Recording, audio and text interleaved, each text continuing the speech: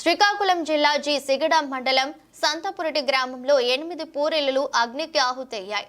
హరిజన వీధికి చెందిన కరజాడ రమణ ఉదయం రైతు కూలీలకి వెళ్లి ఇంటికి చేరుకుని వంట చేస్తున్న సమయంలో కట్టెలకు నిప్పంటి మంటలు చెలరేగాయి.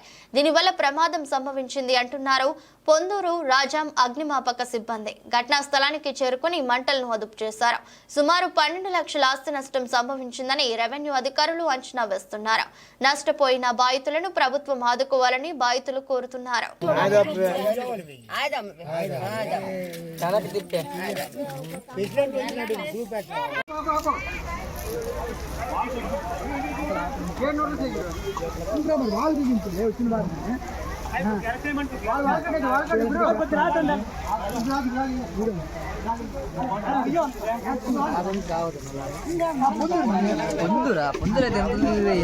రియాక్ట్ అవుతుంది.